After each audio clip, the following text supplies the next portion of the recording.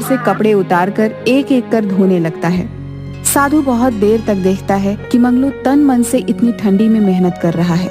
उसका काम और लगन देख साधु प्रसन्न हो जाता है। इतनी सुबह सुबह जब लोग इस ठंड में घर में कंबलों में दुबके पड़े हैं, तुम यहाँ नदी किनारे पानी में कपड़े धो रहे हो। क्या तुम्हें ठंड नहीं लगती? लगती है ना महाराज, ठंड तो हमें भी लगती है, लेकिन क्या करें, इतने कपड़े हैं कि धोते धोते 12 बज जाएंगे, इसलिए सुबह ही कपड़े धोने निकल लिए। तुम्हारी अपने काम के प्रति मेहनत और लगन देखकर मैं बहुत प्रसन्न हुआ। तुम कोई भी एक वरदान मांगो, तुम्हारी वो इच्छा मैं पूरी करूंगा। महाराज, मुझे लोग कहते हैं कि मैं बेवकूफ हूँ। अगर मैं आपसे वर मांग लिया तो मेरी पत्नी नाराज हो जाएगी, इसलिए मैं पत्नी से पूछकर ही वर मांगूंगा। ठीक है, तुम्हारा ये वरदान मुझ पर उधार रहा। तुम जब चाहो मुझे याद करके मुझसे वरदान मांग सकते हो। इतना कहकर साधु वहां से चला गया। मंगलू धोबी अपने काम में लग गया। सारे कपड़े धोने के बाद मंगलू अपने तीनों गधों के पीठ पर कपड़ा लादकर अपने घर पहुंच जाता है। शीला, अरे ओ शीला, अरे कहाँ गई? लो, मैं सारा कपड़ा धोकर ले आया हूँ, इसे मैदान में फैला कर सुखा दो। हाँ हाँ आई। दिन रात गधे जैसा खटते रहती हूँ, फिर भी मन लायक खाना तक नसीब नहीं होता। ऊपर से तुम्हारे जैसा बेवकूफ पति भगवान ने दे दिया है। देखा धन्नो, मालकिन हम लोगों की बड़ाई कर रही है। बोल रही है कि गधा जैसा खटती है, यानी हम लोग बहुत काम करते हैं। हाँ, कभी कभी भुलाए हुए गधे जैसा मार भी पड़ता है। गधे जैसा खटने से याद आया, रामदीन भाई कह रहे थे कि इन तीनों को ठंड में स्वेटर बनवा देने के लिए। बेचारे कितने खटते हैं। मैं ऊन ला दिया हूँ, तुम इनके लिए स्वेटर बुन दो। हे भगवान, मैं आपका क्या बिगाड़ी थी जो इतना बेवकूफ पति मुझे ही दे दिए। आज तक किसी गधे को तुमने स्वेटर पहने देखा है? ओ तरीके, मुझे तो ये ध्यान में ही नहीं आया। दुकानदार मुझे बोल ही रहा था कि ऊन तो ले जा रहे हो इन गधों के लिए, लेकिन मैं वापस नहीं करूंगा, सोच समझ कर लो।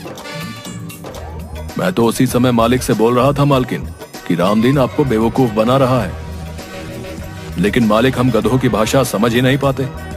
ऊपर से ढेंचू ढेंचू करने पर मुझे 2 डंडे भी मार दिए। अबे टुन्नू, ज्यादा मत बोल, हम गधों की भाषा मालकिन भी नहीं समझती। ज्यादा ढेंचू ढेंचू मत कर, नहीं तो मालकिन अभी सनकी हुई है, सारी कसर तुम्हीं पर उतार देंगी। अरे इस पर गुस्सा उतारे तब तो ठीक ही है, लेकिन इसके चलते हम बेकसूर भी मारे जाएंगे। सब खड़े खड़े मुंह क्या देख रहे हो? जल्दी जाओ और दुकानदार से ऊन वापस कर पैसे लेकर आओ। अगर तुम आज पैसे लेकर नहीं आए तो तुम्हारी खैर नहीं। मंगलू धोबी उल्टे पैर वापस बाजार जाता है। भैया, ये ऊन वापस कर दो और मुझे मेरे पैसे लौटा दो। गधों को ठंड थोड़े लगती है। देखो भैया, मैं तुमसे पहले ही कह रहा था कि सोच समझ के ऊन लो, ये वापस नहीं होगा, लेकिन तुमने माना नहीं और बोले कि हमें ऊन दे दो, इसलिए अब मैं इसे नहीं लौटाऊंगा।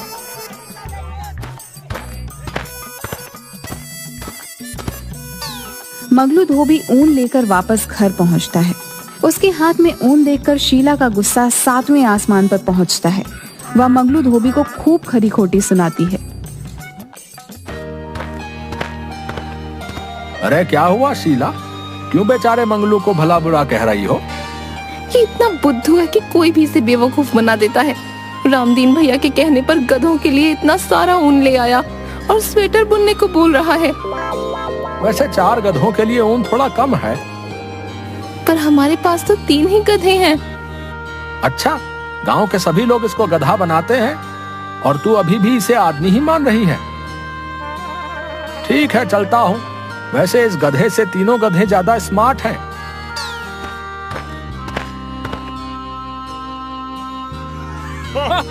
मुखिया जी के साथ सभी आदमी मंगलू धोबी के बेवकूफी पर हंसते हुए चले जाते हैं। शीला को बहुत बुरा लगता है और उस रात शीला खाना भी नहीं देती मंगलू को। दूसरे दिन सुबह उठते ही मंगलू धोबी फिर से गधों को लेकर नदी के घाट के लिए निकल जाता है।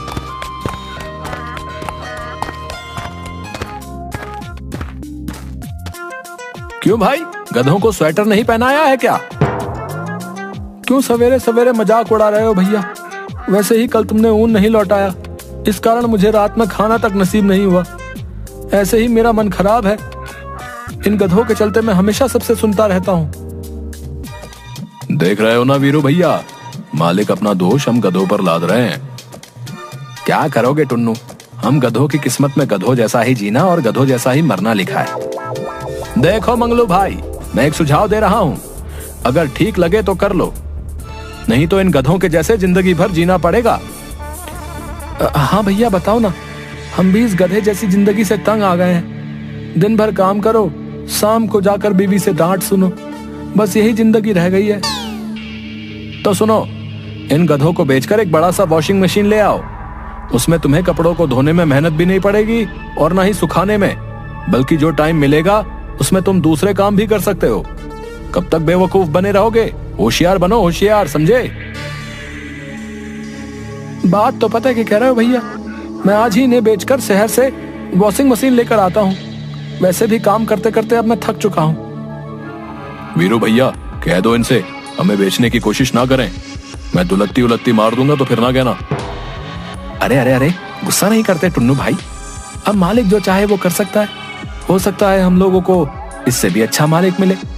अब ये तो उनकी मर्जी है, हम लोग तो गुलाम हैं। यहाँ भी काम करना है और वहां भी काम करना है।